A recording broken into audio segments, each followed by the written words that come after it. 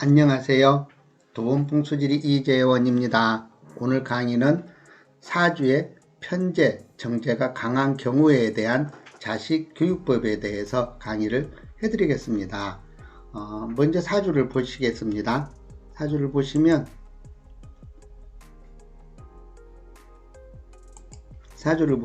자, 먼저 화면상 왼쪽 거 먼저 보시겠습니다. 화면상 왼쪽 거 먼저 보시면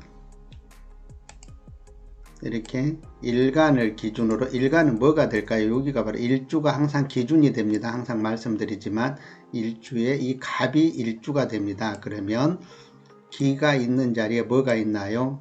정제가 있고, 역시 미가 있는 자리에 정제가 있습니다. 다시 축이 있는 자리에 정제가 있고, 자, 이렇게 해서 재물, 그러니까 사주의 정제가 굉장히 강하게 형성되어 있고, 그렇다고 갑목이 힘이 없는 것도 아닙니다. 갑목도 이렇게 자수가 얻었고, 여기도 자수, 갑을 얻었고, 여기 계속까지 있어서 충분히 갑도 힘이 있습니다. 이런 경우는 여기서 정의는 무엇일까요? 정의는 공부에 해당이 됩니다. 그러면 참 어렵죠. 사주에 보면 공부도 있고 재물도 있고, 그죠? 이런 경우는 사주가 재물도 얻을 수 있고 또 공부도 잘할 수가 있습니다. 자, 그런데 우리가 사주에서 재물은 뭘 의미하나요?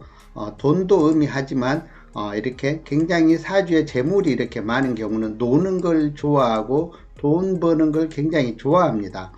그래서 이런 경우에 자식교육법으로 가장 좋은 방법은 자식과 거래를 하는 겁니다. 예를 들어서 우리가 뭐 어려서 아기 때는 뭐 돈을 거래하면 애들은 돈을 알면 안 돼 그러는데 그게 아닙니다. 이런 경우는 돈을 아는 게 좋습니다. 즉 어릴 때부터 예를 들어서 네가 뭐 이거 하면 용돈 줄게, 뭐 아버지 신발 이렇게 하면 용돈 줄게, 요번에 1등 그러니까 등급을 학교에서 점수를 좀 잘 받아오면 성적이 좋아지면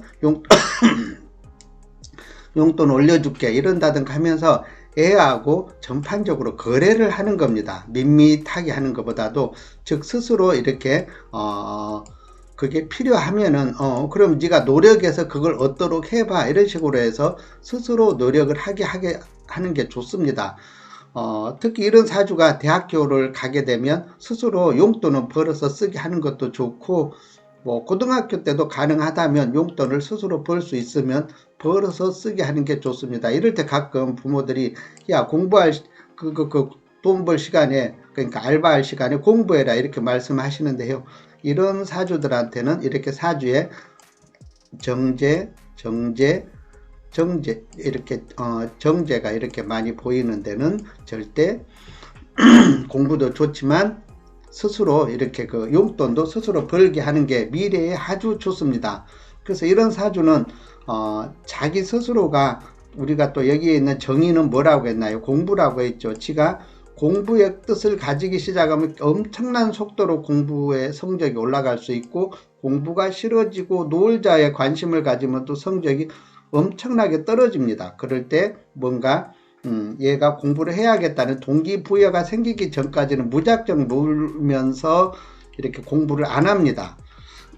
그럴 때 동기부여를 부모가 만들어주는 것도 좋겠죠. 뭐 예를 들어서 뭐 너는 이렇게 해야 되는데 왜 굳이 이렇게 계속 놀고 있니? 이렇게 놀다 보면 뭐 앞으로 미래는 어떻게 되겠니? 너 미래에 대한 준비는 하고 있니? 스스로 느끼게끔 이렇게 하고, 그리고 나는 뭐 너 고등학교만 끝나면 이렇게 자율적으로 내보내겠다라든가 이런 식으로 자꾸 그 독립을 자꾸 해주는 것도 좋습니다. 이렇게 재물이 많이 보이는 애들은 이렇게 먼저 바깥으로 나가게 하는 것도 좋습니다.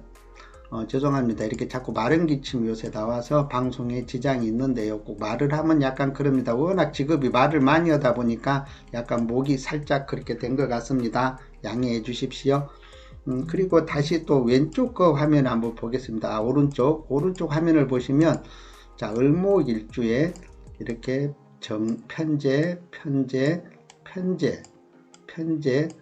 정제, 여기는 그 공부에 해당하는 정인이 하나도 안 보입니다. 이런 경우는 공부는 진짜 뒷전입니다. 오로지 뭐만 있다?